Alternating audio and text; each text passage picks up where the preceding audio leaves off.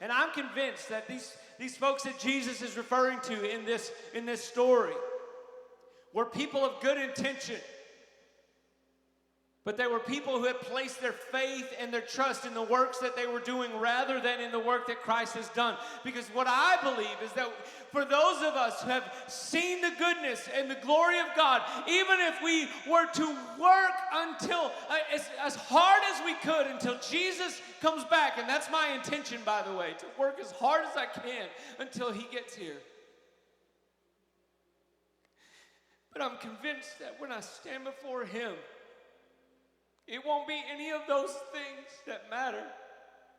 That when we see the beauty and the wonder and the glory of Jesus, when we recognize the truth of the gift that we've received, that we've been clothed with Christ, that we have been made sons of God, that we've been made heirs of the promises of God, and it doesn't have anything to do with what I have done or will do or could ever accomplish.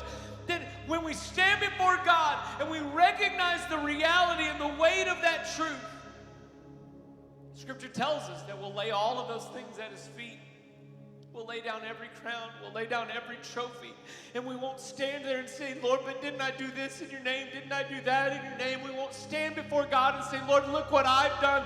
I'm going to stand before Jesus and say, look what you did for me.